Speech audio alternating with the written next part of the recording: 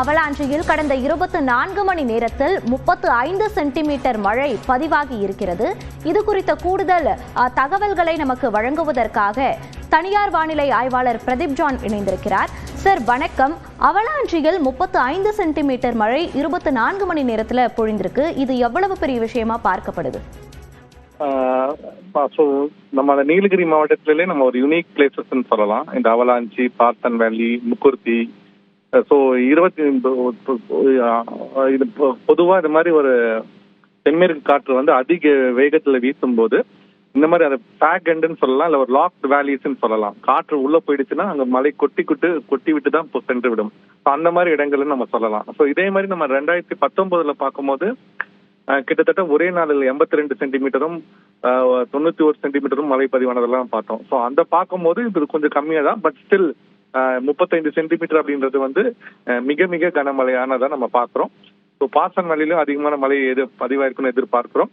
இது மட்டும் இல்லாமல் நம்ம கோயம்புத்தூர்லயும் நமக்கு வந்து வால்பாறையில சின்ன கலார் மற்றும் அப்பர் நிரார் பகுதியில 221 சென்டிமீட்டர் மழை பதிவாயிருக்கிறது பார்க்குறோம். ஸோ நீலகிரியில் உள்ள பகுதிகளில் ஆல்மோஸ்ட் நிறைய இடங்கள்ல இன்னைக்கு கிட்டத்தட்ட 150 மில்லிமீட்டர் மேலையும், வால்பாறையிலையும் அதே மாதிரி 20 சென்டிமீட்டர்லாம் மழை பதிவாயிருக்கிறத நம்ம பார்க்கணும்.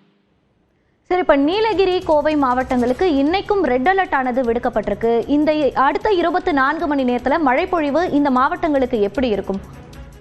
நம்ம நீலகிரி மற்றும் கோவை அப்படின்னு பார்க்கும்போது 2 இடங்கள் தான் நம்ம பார்க்கணும். நீலகிரினா குன்னூர் எல்லா இடத்துலையும் நம்ம எடுத்துக்கூடாது. இப்போ மேற்கு திசை காற்று அதிவேகத்தில் வீசும்போது நமக்கு பொதுவாக அதிகமான மழை பெய்யுற இடங்கள் பார்த்தீங்கன்னா இந்த அவலாஞ்சி, பார்த்தன் வேலி, முக்குர்த்தி, அப்பர் பவானி மற்றும் நம்ம கூடலூர் பகுதியில் உள்ள நெல்லியம், பாந்தலூர், தேவாலா. ஸோ இந்த பகுதிகளில் தான் நம்ம வந்து அதிகமான கனமழை இருக்கிறத பார்க்குறோம்.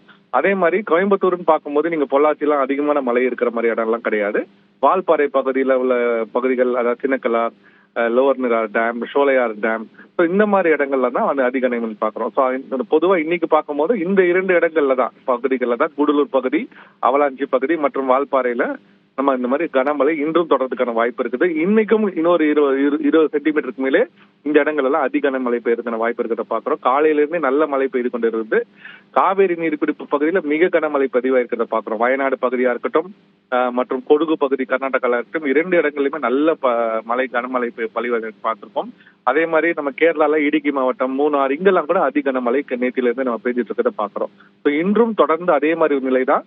வங்கக்கடல்ல மேலும் இப்ப வந்து காற்றழுத்த பகுதி உருவாக போகிறது. ஸோ வங்கக்கடல்ல காற்றழுத்த உருவாகும் போது மேலும் மேற்கு திசை காற்று இன்னும் அதிகரிக்கிறதுக்கான வாய்ப்பு இருக்குது. ஸோ இங்க உருவாகும் போது அங்கே காற்றை ஈர்க்கும் போது நமக்கு வந்து காற்றின் வேகம் இதே மாதிரி தொடர்ந்து இருக்க போகிறது. ஸோ இன்றும் கனமழை இருக்கு, நாளையும் கனமழை இருக்கு, நாளானைக்கும் கனமழை இருக்குது. ஸோ இது வந்து ஒரு லாங் ஃபேஸ் நம்ம முன்னாடியே சொல்லியிருந்தோம். இப்போ 3 நாள் முடிஞ்சு விட்டது. 4, 5, 6 இன்னும் 7, 4-5 நாட்களுக்கு மழை தொடர்ந்து எதிர்பார்க்கப்படுகிறது.